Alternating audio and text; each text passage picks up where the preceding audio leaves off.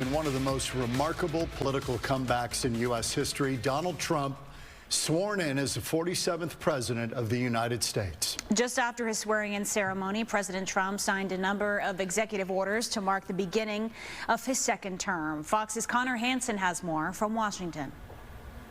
A stark contrast for two presidents as Donald Trump takes office for the second time in a day packed with events, and Joe Biden leaves Washington as a private citizen after more than 50 years in public office. Former President Biden shaking hands with his predecessor and now successor, President Donald Trump. The 45th and now 47th president kickstarting his second term with a flurry of executive orders and committing again to release those imprisoned after the January 6th insurrection. It's action, not words, that count. And you're going to see a lot of action on the J6 hostages. So help me God. So help me God. Congratulations. Frigid temperatures forced the swearing-in ceremony indoors, where shortly after, Carrie Underwood sang America the Beautiful a cappella. America. Later, Trump addressed an overflow crowd and admitted his inauguration speech was toned down compared to some of the topics he wanted to bring up. I was going to talk about the things that Joe did today with the pardons of people that were very, very guilty of very bad crimes. They said, please don't bring that up right now. You can bring it up tomorrow. Because of the cold, there will also be no inaugural parade. Instead, President Trump will join supporters inside Capital One Arena, signing even more executive orders in front of about 20,000 people. In Washington, Connor Hansen, Fox News.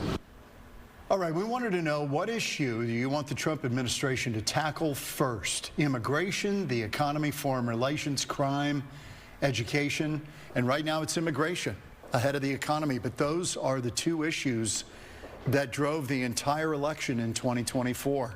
Not too late to vote. Scan the QR code on your screen or head to fox10phoenix.com/poll. Protesters from various human rights groups marching in Washington on Inauguration Day today. Demonstrators holding their Palestinian flags, rainbow flags, signs objecting Trump's policies high in the air. Protesters say they were demonstrating for different causes, including urging the government to sign an arms embargo against Israel and representing their loved ones whose rights are at risk from Trump's proposed policies. In the final hours of his presidency, President Joe Biden signing several pardons. Some of them stunning. Among them, pardoning Trump critics and his own family. President Biden pardoned Dr. Anthony Fauci, who was the White House chief architect on our response to COVID, General Mark Milley, Joint Chiefs, and members of the House committee that investigated the January 6th attack on the Capitol. Now, the move is being seen as a way to guard against political retribution from President Trump. But Republicans say when it comes to Mr. Biden pardoning 5 members of his family, including his brothers, James Biden and Francis Biden, that is about protecting the Biden family from recriminations for their overseas business dealings. President Biden said in a statement, the issuance of these pardons should not be mistaken as any acknowledgement of an individual engaging in wrongdoing, nor should acceptance be misconstrued as an admission of guilt for any offense. Our nation owes these public servants a debt of gratitude for their tireless commitment to the country.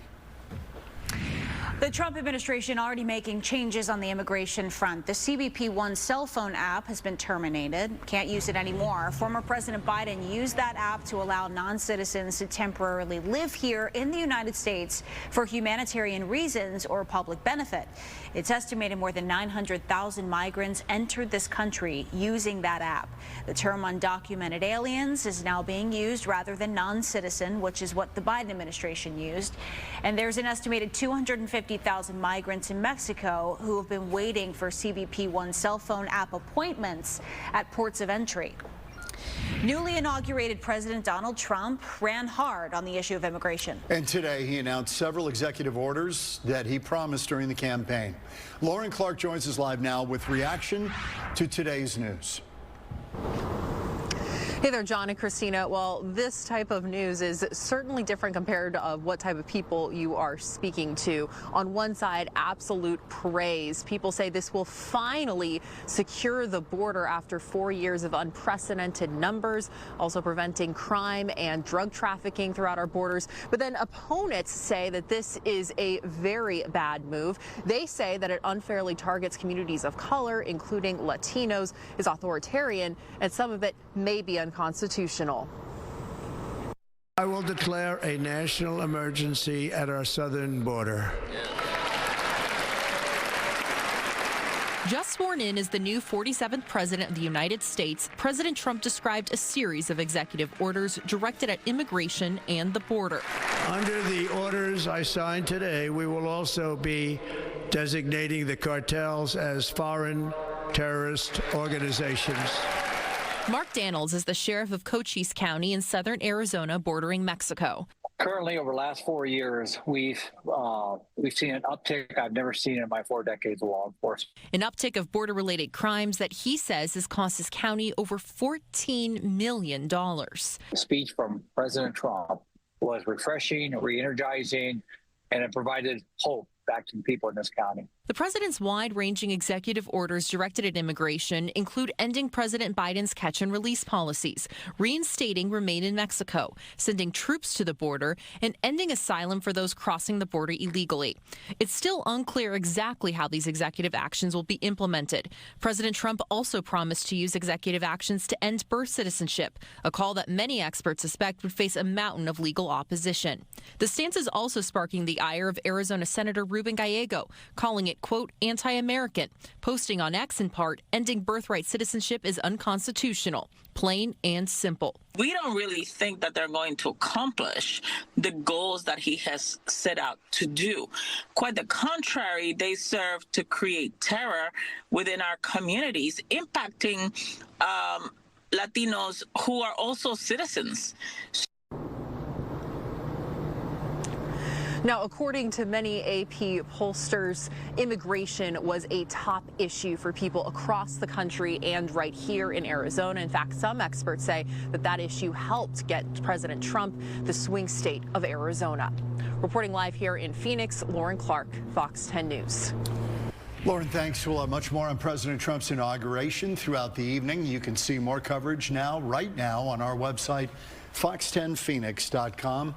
or on our local Fox app. Cooler temperatures in the valley, but not nearly as cold as some parts of the country. Yeah, as we saw in D.C. with the inauguration, it's freezing over there. Meteorologist Erica Horvatine is here with a closer look. Erica.